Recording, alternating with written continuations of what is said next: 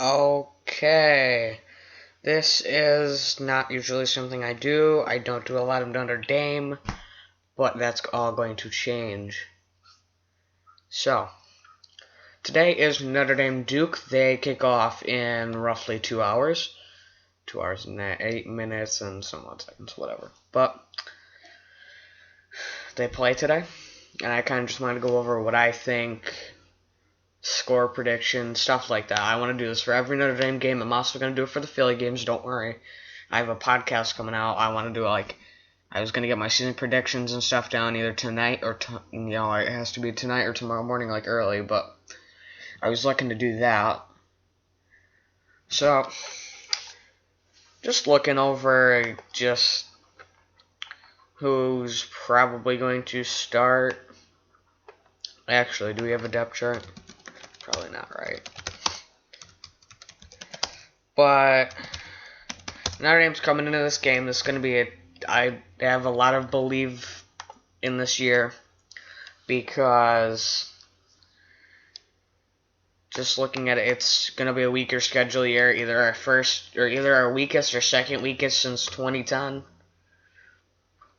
Because it's an ACC schedule, we're on the ACC conference for 1 year only, which it makes our schedule a lot easier. But you can't underestimate teams like North Carolina is right now a top 25 before games really played. Syracuse, you got to watch out because in regular college football, they at times made a case to. Actually, they might have gotten into the top 25 maybe a couple times, but Ian Book's going to be the starter, apparently. Your quarterback, well, that's kind of. I just have a starting chart up right now. I can't wait to see what he does. From what I've heard, this pandemic's helped him advance as a leader, is what Brian Kelly said, and I have a lot of belief in this guy. At running backs, you've got Kyron Williams, Chris Tyree, the freshman, and then you've got Sebo Flemingster and Jafar Armstrong. Now, I really thought Sebo and Jafar would be starting this year, looking at how much use they got behind Tony Jones last season, but it makes sense. I can see it being a big rotation between all four of these guys. They're all great in their own rights, and I have a lot of belief, especially in Chris Tyree, who's a freshman coming in. Looking at outside receiver, Javon McKinley, Braden Lenzy, Jordan Johnson, and Jay Brunell. And then at slot receiver, you've got Avery Davis, Lawrence Keith III, and Xavier Watts. I can't wait to see what McKinley can do. And same with Lenzy. I love Lenzy as a player. He's probably my first favorite receiver on this roster, alongside Jordan Johnson, the freshman, who is actually the third outside receiver. I can see Johnson getting some snaps today, even just this season, maybe a couple here, a couple there. But honestly, I can see a lot of Javon and Braden, along with Avery Davis in the slot. I do think Keys will come up a little bit in that slot too. He's a good receiver, and I can't wait to see what he can do. Tight end, Brock Wright, Tommy Tremble, Michael Mayer, the top three. I see a lot getting split between those guys like last season with Komet, Wright, and Tremble. I really hope we see a big season from all three of these guys put together. And Mayer's a freshman, incoming freshman. We've got a couple nice incoming freshmen this year. I have a lot of belief in this tight end group. They're very good, very talented, a lot of potential. I think, honestly, that they can bring something to the table here. Your line, basically, at left tackle, you've got your starter, Liam Eichberg. Left guard, Aaron Banks. Center, Jarrett Patterson. Right guard, Tommy Kramer. And right tackle, Robert Hainsley. A lot of these guys, can't wait to see what they can do. This is O-line U for a reason. I have a lot of belief, and there's not a lot to say about that group besides it's great. Outside boundary receiver. I missed this. That I was thinking. I was wondering where. I can't say that last name. Skowronek. Ben Skowronek. Skowronek. Ben Skowronek. I can't do it. I'm just gonna say Ben. So, he was a transfer. I think he was. I can't wait to see what he can do on the field. Like I said, I can still see Braden and Justin getting a bit of targets over at that one spot. Maybe one of them moving over to outside boundary receiver, but expect to see a lot of Ben, especially because he's the longest tenured pass catcher over here. On your defensive end, Dalen Hayes, Isaiah Foskey, Avi Ogufo, Jordan Botello are your top 4 out of 5. They're the guys I think they all see even a couple snaps on the field for the 4th for Botello, even just cause. Bit of rotation there. This group's good, especially with who just left. Filling in that gap's not going to be easy. But I have a lot of belief in these guys. Defensive tackle, you've got... it doesn't show his first name. I'll just say his last name. Tagovailoa Amosa, Jaden Edemiola. At defensive tackle, those are your 2. That I can see them getting. I can see them having a great game. Great game in general. Or not great game, but great season. Like I said, this defensive line had some guys leave, so who's to say they can't come back and fill in the gaps? But nose guard, Kirk Hinish, Jacob Lacey. Your other 2 that I think are just going to get some touches there, snaps there at the nose guard. Not much to say, like I said, for defensive tackle. Other DN spot. Your 2, Edetakundo Agudengia. Sorry if I butcher any of these names. I'm not one of those people that's good at pronouncing anything. I can't even speak English half the time. And behind him is Justin Edemiola. These guys at the other the other end spot.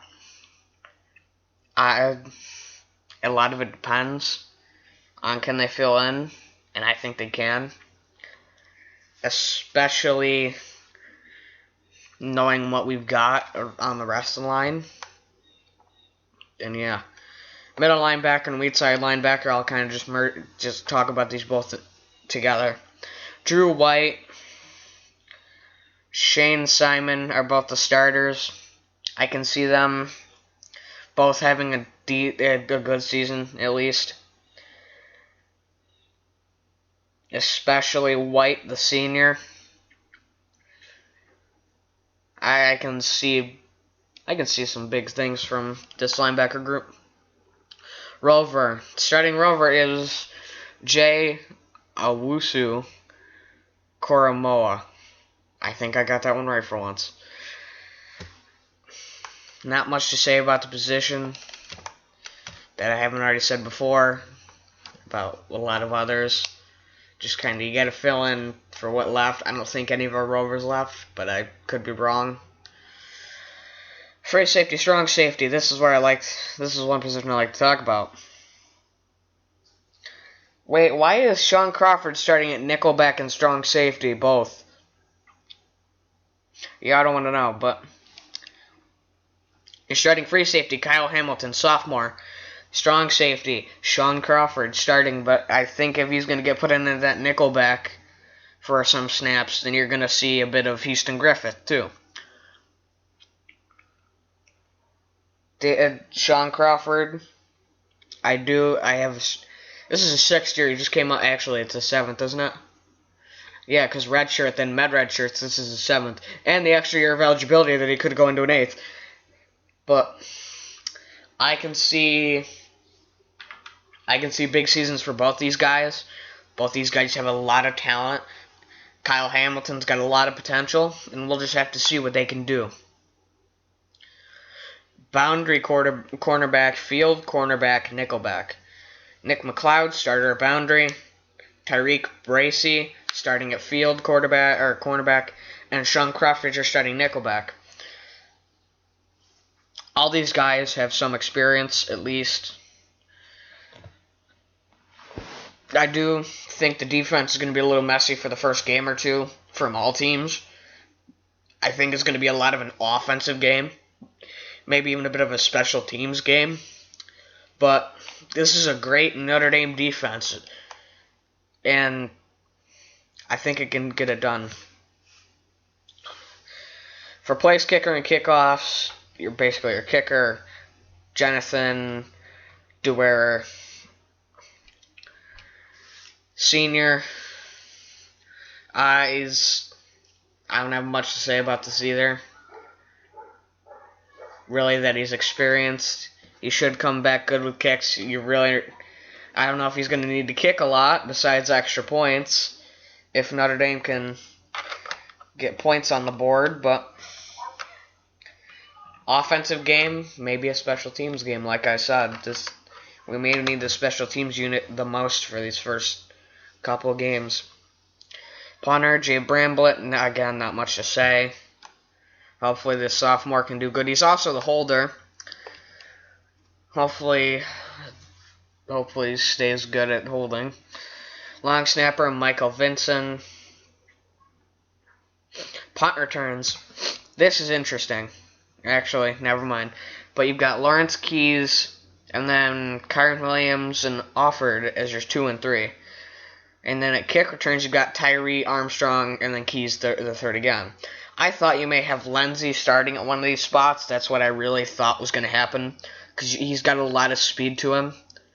But ultimately, I guess he's just not going to start there. I want to see him get a couple punt or kick returns, but I just don't think. I guess it's not going to happen this season. But I have a lot of belief in Chris Tyree, the freshman, and Lawrence Keys to return these kicks, especially since Keys is experienced.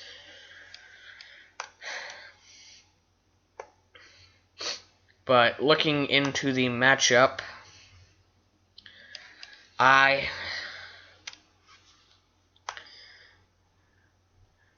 it should go Notre Dame's way, but I have a feeling the first half could go either way, since you're getting these two teams back into a game.